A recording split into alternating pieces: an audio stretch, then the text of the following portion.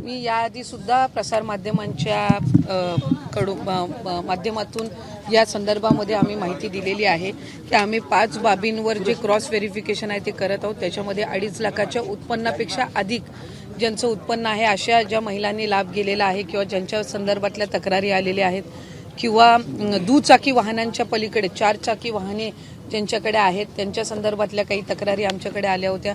काही लग्न होऊन इतर राज्यामध्ये वास्तव्यास गेलेल्या असतील त्यांनी त्या ठिकाणी काही ॲप्लिकेशन्स केलेले आहेत की आम्ही आता या लाभासाठी पात्र नाही आहोत। त्याच्यानंतर डुप्लिकेशन म्हणजे त्यांनी 2 वेळा अर्ज दाखल केले होते किंवा 2-3 वेळा अर्ज दाखल केले होते अशा काही तक्रारी आल्या होत्या।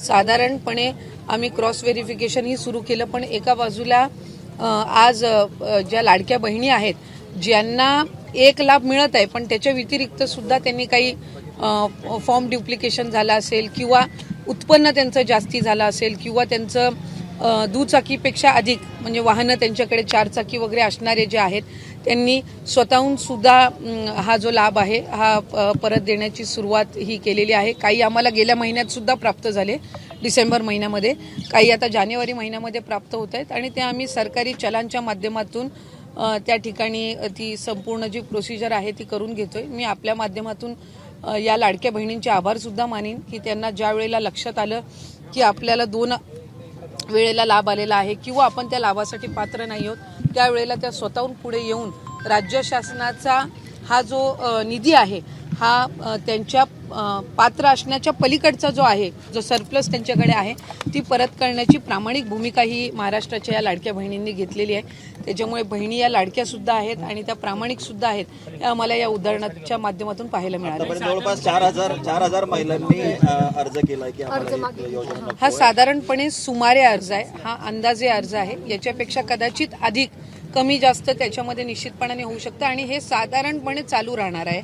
आत्ता समजा उदाहरणार्थ 3,500-4,000 का 4,500 आले असतील तर ही एक कंटिन्युअस प्रोसेस राहणार आहे। डिसेंबर महिन्यामध्ये सुद्धा आमच्याकडे काही 100-150 प्राप्त झालेले होते, आत्ता जानेवारी महिन्यामध्ये मोठ्या प्रमाणामध्ये प्राप्त व्हायला सुरुवात झालेली आहे। अशी जसं जसं त्या ठिकाणी त्यांना लक्षात येईल तशा पद्धतीनं निश्चितपणाने ती प्रोसिजर होईल आणि आम्ही जे क्रॉस व्हेरिफिकेशन परिवहन विभाग असेल, इन्कम टॅक्स डिपार्टमेंट सोबत असेल आणि इतर ह्यांच्यासोबत जे काही क्रॉस व्हेरिफिकेशन चालू केलेलं आहे त्याच्यामुळे ही एक ऑनगोईंग प्रोसिजर राहणार आहे, सातत्याने ती चालू राहणार आहे। त्याच्यामुळे कमी जास्ती नंबरमध्ये आपल्याला पुढच्या कालावधीमध्ये पाहायला मिळेल। एकीकडे लाडक्या बहिणीला पैसे मिळतात पण दुसरीकडे संजय निराधार योजना जी आहे ते पैसे मिळाले नाही आहेत। एक सवाल उपस्थित विरोधकांकडून केला जातोय की हे सर्व जनतेचे पैसे आहेत, वेगवेगळ्या योजनांमधले पैसे जर माघारी घेतले जातात तर लाडक्या बहिणीच्या बहीण योजनेमधले पैसे तुम्ही वापस काय घेत नाही? पण असं कोणी म्हटलं की वापस घेत नाहीये? मी आत्ताही याआधी माहिती दिली की सरकारी चलनच्या माध्यमातून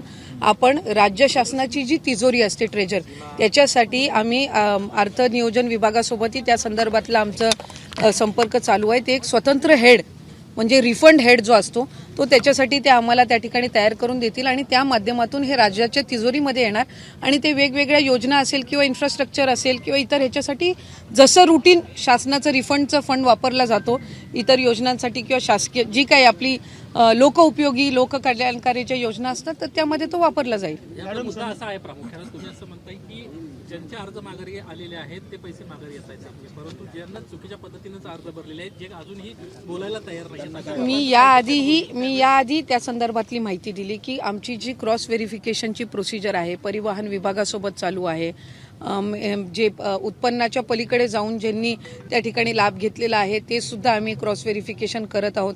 या व्यतिरिक्त जे राज्याच्या बाहेर आता लग्न होऊन गेलेल्या वगैरे किंवा राहायला गेल्या असतील किंवा सरकारी नोकरीमध्ये ह्या कालावधीमध्ये 4-5 महिन्याचे लागलेले आहेत, हे एका बाजूला आम्ही विभागाच्या पद्धतीनं आम्ही क्रॉस व्हेरिफिकेशन करत आहोत, पण हे जे आपण 4,000-4,500 म्हणतोय हे स्वतःहून पुढे आलेले आहेत। या व्यतिरिक्त क्रॉस व्हेरिफिकेशनमध्ये येणार आहेत ते वेगळेच आहेत, पण आपल्या माध्यमातून मी लाडक्या बहिणींना सुद्धा आवाहन करीन की अशा पद्धतीचं जर त्यांना त्यांच्या पात्र लाभाच्या पलीकडे जर ती रक्कम आलेली असेल तर जसं या 4,000-4,500 बहिणींनी पुढाकार घेतलेला आहे तशाच पद्धतीने इतर लाडक्या बहिणींनी सुद्धा घ्यावा। त्याच्यामुळे ह्या 2 स्वतंत्र प्रोसिजर आहेत। एक आहे की ज्या 4,500 बहिणींनी स्वतःहून त्यांना जाणवल्यानंतर त्यांनी परत करण्याची प्रोसिजर ॲप्लिकेशन केलेलं आहे आणि विभागाच्या माध्यमातून जे स्वतंत्र चालू आहे ते आहेच। म्हणून मी आपल्याला सुरुवातीला माहिती देत असताना म्हटलं की हा आकडा दोन्ही जर आपण कंबाईन केले तर पुढे मागे होण्याची कमी जास्त होण्याची शक्यता आहे. चुकीच्या पद्धतीने त्यांच्याकडनं पैसे तुम्ही मागे घेणार आहात. ते पैसे परत वापस घेण्यासंदर्भात लाभ पैसे परत घेतले जाणार का ज्यांनी चुकीच्या पद्धतीने केलेले आहेत त्यांचे पैसे जे आधी त्यांना नियमबाह्य फॉर्म भरून ज्यांनी मी आपल्याला त्या संदर्भामध्ये सुद्धा माहिती दिली की आम्ही क्रॉस व्हेरिफिकेशनमध्ये अशा पद्धतीनं आढळल्यास त्यांना त्या संदर्भातली माहिती देऊन आत्ता जसं 4-4.5 हजार बहिणी पुढे आलेल्या आहेत आणि त्या स्वतःहून शासनाला ते रिटर्न करत आहेत, तशाच पद्धतीनं ज्यांनी चुकीच्या पद्धतीनं घेतलेल्या आहेत त्यांना त्या संदर्भामध्ये एकदा तो डेटा आम्हाला जसा मिळत जाईल त्यांना त्या संदर्भातली माहिती दिली जाईल आणि राज्य शासनाच्या तिजोरीमध्ये तो त्या पद्धतीनं जमा केला जाईल. एखादी बहीण पुढे येऊन अडीच जर कोटी त्यांनी दिले नाहीत, तर लाभार्थ्यांची तुम्हाला महिलांची तर तुम्ही काही पावलं उचलणार आहात का?